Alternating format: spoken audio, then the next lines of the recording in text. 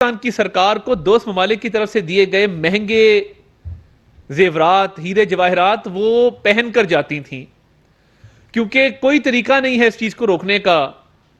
کہ اگر آپ نے 1 ارب کا بھی ہار پہنا ہو یا 70-80 کروڑ کی گھڑی پہنی ہو یا آپ نے 50 کروڑ کی انگوٹھی پہنی ہو، کوئی ایسا قانون نہیں ہے جس کے تحت کسٹم والے یا FIA والے ایئرپورٹ پہ روک کے اس کی قیمت کا تعین کروا سکیں یا یہ پوچھ سکیں کہ یہ آپ نے کیسے اتنے قیمتی زیورات، ہیرے جواہرات حاصل کیے۔ اب جو آڈیو آئی تھی بشرا بی بی کی، جس میں وہ فرما رہی ہیں، ملازموں کو ڈانٹ ڈپٹ کر رہی ہیں کہ یہ آپ نے تصویریں کیوں کھینچی، وہ لگاؤ تھا ان تحائف کے ساتھ اور ان کی قیمتی ہونے کی وجہ سے،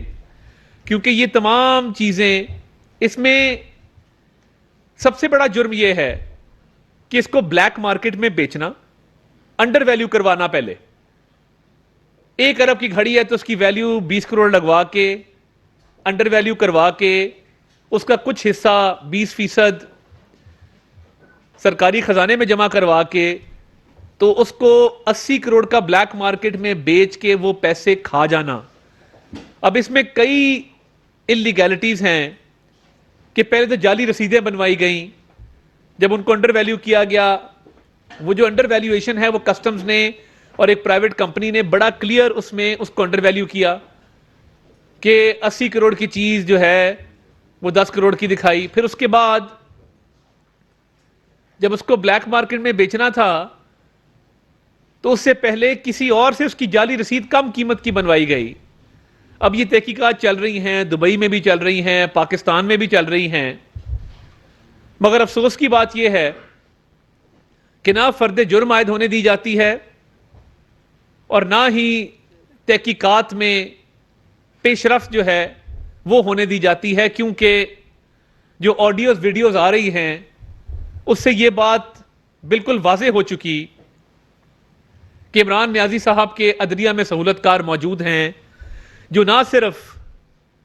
ان کو احتساب کے عمل سے بچانا چاہتے ہیں بلکہ ان کو کرسی اقتدار تک لے جانا بھی چاہتے ہیں، اور وہ یہ سمجھتے ہیں کہ ان کا اپنا مفاد اور فائدہ اس میں ہے کہ عمران نیازی کو احتساب کے عمل سے بچا کے اقتدار کے ایوانوں تک پہنچایا جائے۔ اب یہ کرپشن کے کیسز، ٹیرین جیڈ وائٹ کا کیس، جس میں تمام تر ثبوت آ چکے ہیں، جس میں شہادتیں آ چکی ہیں، ان کو آگے اس لیے نہیں بڑھنے دیا جا رہا کیونکہ یہ سہولت کار خود کرپٹ ہیں، جن کے خلاف ریفرنس اگر دائر ہو آرٹیکل 209 آئین کی شق کے تحت تو وہ سماعت کے لیے مقرر ہی نہیں کیا جاتا۔ یعنی عمران نیازی کو وہ شخص بچا رہا ہے جس کی اپنی منی ٹریل میسر نہیں ہے، جس کے اپنے بچے فرنٹ مین ہیں 2، جس کی اربوں کی جائیداد ہے اور جس کے پاس وائٹ منی کا ثبوت کوئی نہیں ہے۔ تو یہ ایک نیکسس ہے جس کے تحت عمران نیازی کو بچایا جا رہا ہے، اور یہ چند افراد ہیں جو یہ کام کر رہے ہیں۔ یہ بھی سننے میں آ رہا ہے کہ جس دن فرد جرم عائد ہونی تھی اس دن علی افضل شاہی صاحب کورٹ میں موجود تھے، چیف جسٹس کے داماد کے طور پہ ایک ماتحت جج کی کورٹ میں موجود ہونا اس پہ پریشر ڈالنے کے مترادف ہے۔ اور یہ بھی بات سننے میں آئی ہے کہ علی افضل شاہی صاحب کا جج صاحب سے ٹیلی فون پر رابطہ ہوا اور انہوں نے اپنے سسر کا پیغام ان جج صاحب تک پہنچایا۔ یہ سازشیں ہیں جو عمران خان اور اس کے سہولت کار کر رہے ہیں تاکہ کرپشن کا حساب نہ دینا پڑے، تاکہ احتساب کے عمل سے بچا جائے۔ اور یہ سب کچھ ایویڈنس کے بغیر میں بات نہیں کر رہا، یہ تمام تر وہ چیزیں ہیں جو آن ریکارڈ موجود ہیں۔ اب پی ٹی آئی کی طرف سے جلغار کی جاتی ہے کیونکہ وہ مریم نواز فوبیا کا شکار ہے، پی ٹی آئی ان پہ خوف ہے مریم نواز شریف صاحبہ کا،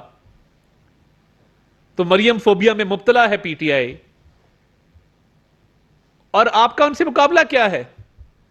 وہ خاتون جو پبلک آفس ہولڈر نہیں تھیں، وہ خاتون